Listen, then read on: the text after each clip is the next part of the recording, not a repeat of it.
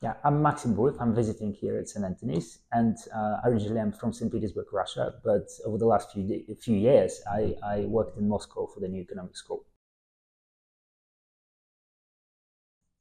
Yeah, I was trained here at St. Anthony's. I did my MPhil and DPhil like about 20 years ago, and formally I was trained as a labor economist. But then I switched on to finance. So I did asset pricing, investment portfolio management, risk management.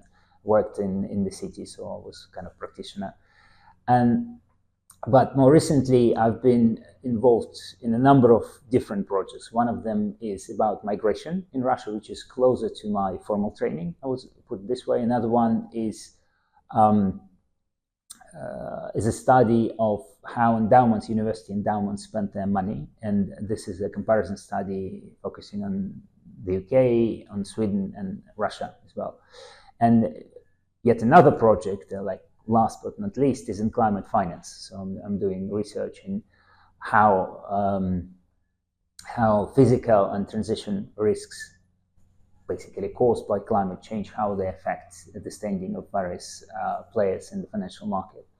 But the specific research that brings me to St. Anthony's this time is more about economic history. I would put it this way: a modern economic history. So I'm going to write a book, a short history book about the school I'm working for, New Economic School in Moscow, which is the leading private institution in economics education in Russia. I'll tell about that more a little bit later on. I want to place the history of that unique institution against the economic and political developments that have been happening in the country over the last 30 years. Essentially, I'm literally just writing a story of the economic school in Moscow, and it's a unique school in a way that it was set up at the very beginning of the 90s by American, European, and Russian academics. And the unique experience is that essentially from scratch there was emerged a new institution, economics institution, that became truly internationally competitive. And that was an effort in effectively virgin land of economics. And but by now, say, among graduates of New Economic School, there is Oleg Itzhoki, who is the Harvard professor and winner of the John Bates Clark Medal in Economic Science for his essential contribution to international finance. Another graduate of economic school is Nick Storonsky, who is the founder of Revolut, co-founder of Revolut, and like a like major neobank in the UK with billions of assets and income. Yet another graduate is Alex Gurkov, who is the founder of XTX Markets, a trading company, which is, he as a person, as of this year, he's the largest taxpayer in the UK. So the effect of that school essentially was not concentrated, focused, or limited only to Russia, but has a much broader kind of reach. And from that perspective, I think it's a very good example of how Western and Russian cooperation could work and works, and for the benefit not only of the country but for the whole planet. I would put it this way. Yeah, and as regards the climate project, I'm working on with colleagues of mine, mainly from London and Switzerland, on the creation of actually completely new market for trading climate risks. So for those who are not in that particular area, it may sound surprising, but you can trade, for example, weather and financial instruments for trading weather, like whether it's rain or like too sunny or too rainy. In principle, you can look at it as some sort of realization of some sort of risks, and you want to trade them in the financial market, and it's possible to do now. It's like smaller markets, but it's possible to do. But then if you extend that idea to trading climate, you can start potentially trading extreme climate events, like hurricanes or floods or fires, forest fires. And so with colleagues of mine, we're thinking about creating specific instruments that would allow different players in the financial market to trade essentially those extreme events.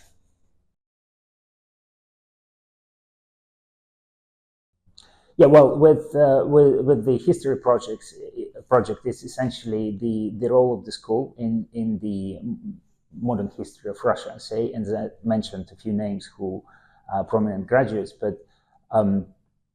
apart from that, if you look at, say, professors and leading professors in economics in many Western universities, say 40 years ago, there were probably just single few Russian names.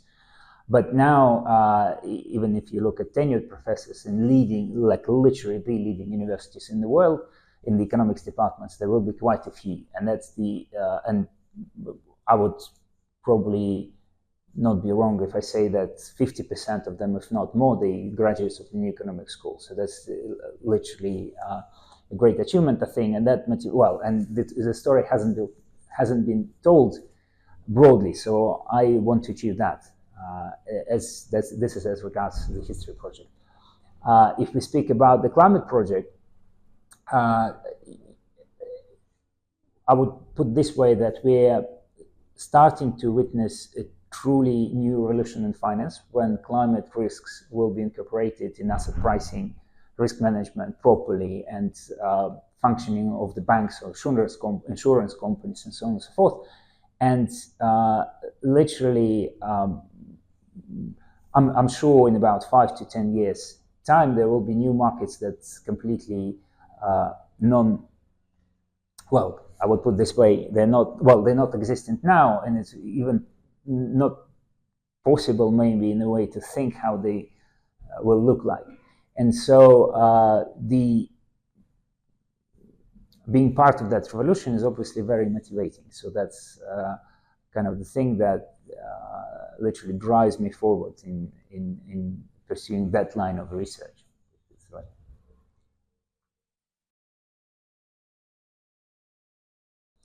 I would answer kind of more generally. I would put it this way, that I'm excited about speaking with people from different walks of life, different areas of research, and learning about their ideas, their knowledge of their own field, their research, and transferring that knowledge, those ideas to the areas of research that interest me. And I think it's not a problem, but just a fact of life that people from different parts of science, economic science even, they don't talk to each other. And if you start talking, if you start dealing with different people, you suddenly realize that they might have very insightful ideas about that are very applicable to your own research. So kind of bridging those gaps is very interesting. So I'm very excited. And Oxford is obviously a fantastic place for that type of networking.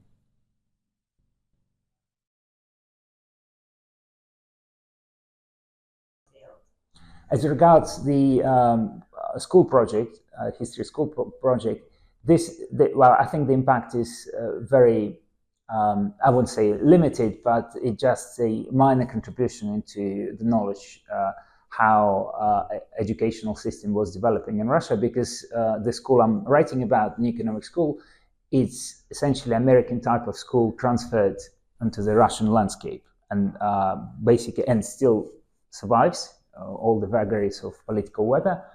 But it's an interesting case study, I would put it this way. As regards the climate project, the effect potentially is much bigger. And if we manage to come up with the idea properly functioning, idea of a market, properly functioning market of trading climate risks, then one of the possible ways is initiate the trading, levy the transactions in that market with a tax, with a transaction, some sort of transaction tax, I would put it this way, and target the money from basically from the tax towards adaptation funds. Adaptation, by adaptation I mean investments into strengthening riverbeds or sewage systems, whatever, like all type of investments that help the government, of the society, to cope with the physical effect of climate change. And that means, in turn, that the government can free up money for green transition, and essentially the effect of that market will have huge implications for the society, for governmental finances, and for the success of the green transition in the end.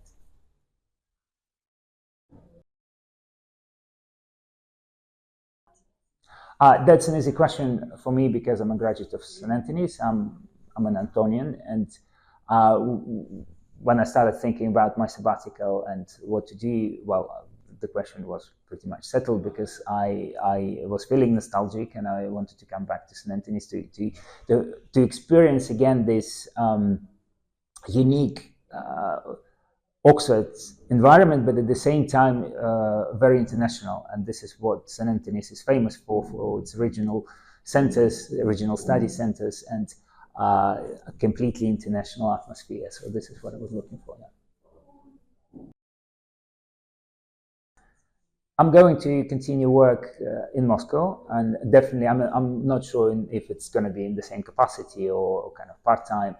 But at the same time, I'm going to pursue that climate project in London. So I'll be linked to the UK much closely than in the previous 5 or 6 years.